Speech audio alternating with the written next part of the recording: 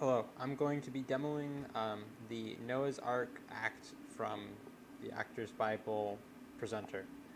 Um, so, like any of our other scripted acts, you can just hit play and the scene will automatically start on its own. Right now, the first scene of this act is the genealogy, so it's a simple background, kind of just to set the tone for a story being told around a campfire. But we can advance to the next scene just by clicking here. And we'll let the elements load in for a second. Alright.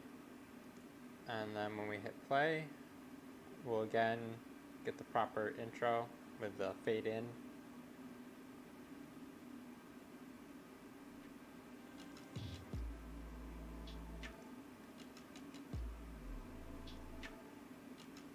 And we can see in this scene that the camera wasn't framed up quite right because normally we anticipate having more than one camera.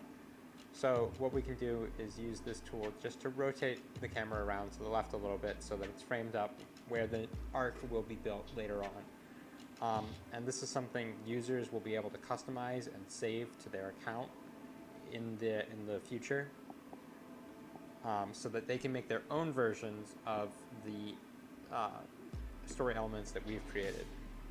So if I advance through the story a little bit, we can trigger the construction of the arc.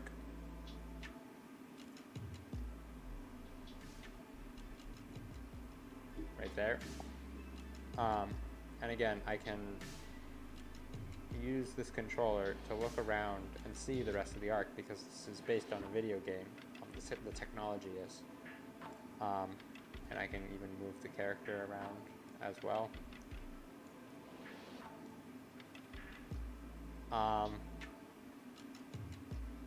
And I scroll to the end of the scene, we get a nice fade out, and you can see that's controlled right here in this curtain slider. So when I go and load into the next scene, give it a second for it to load. We can see the curtain again here. So when I hit play, this control will automatically be dialed back once it's triggered by the correct word in the sequencer. And that's how all of these colored words work. They trigger a certain action in the sequencer. So there you can see the fade out, and now we have the fully constructed arc. And we continue to advance through the story.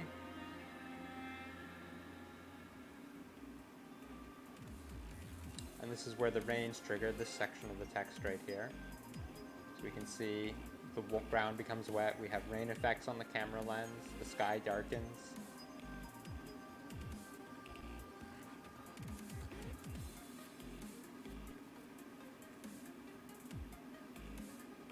We have the camera raise up above the ground so that we can bring in some water for the flood.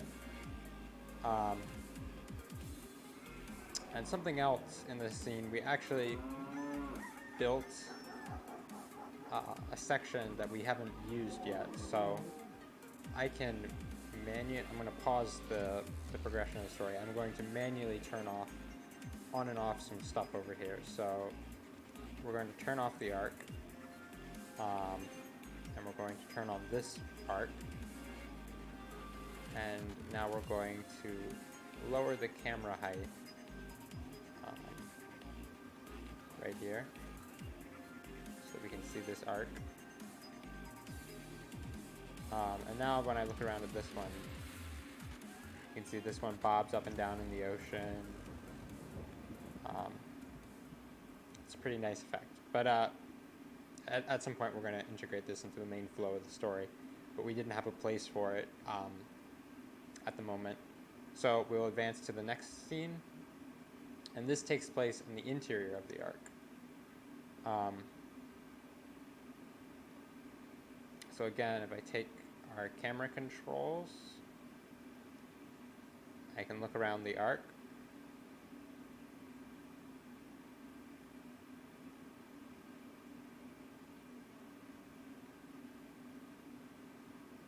What I'm going to do is hit play on this scene because the beginning of the scene has a couple actions which set the stage better. And in the future, these will be loaded automatically. But yeah, so the scene was supposed to start looking back at the back of the arc for some character actions, and then later on in the story, the camera's rotated around. So if I advance through,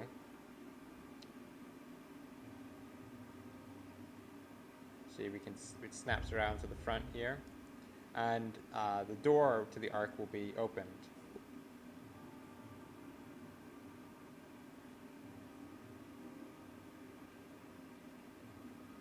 And I'm going to quickly advance to the end of the story to get the fade out.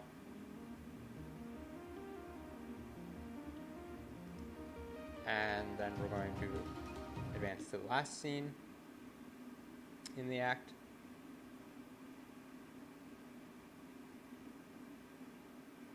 And we're going to hit play.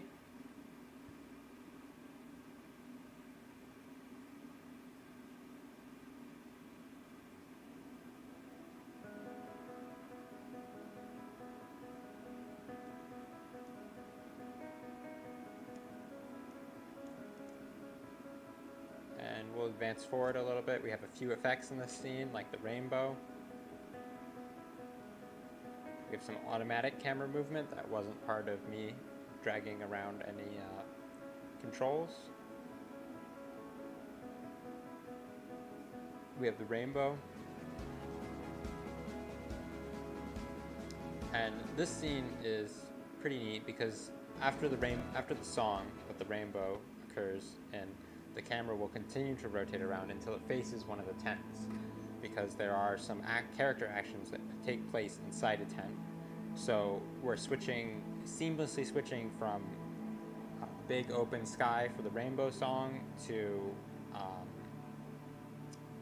the interior of the tent scene, like this. And again, the exact framing is different on different devices because of how wide the field of view is. On this setup right now, we have a relatively narrow field of view, but if it were wider, the tent would have been in the shot. And so that's about it for this act. Thank you.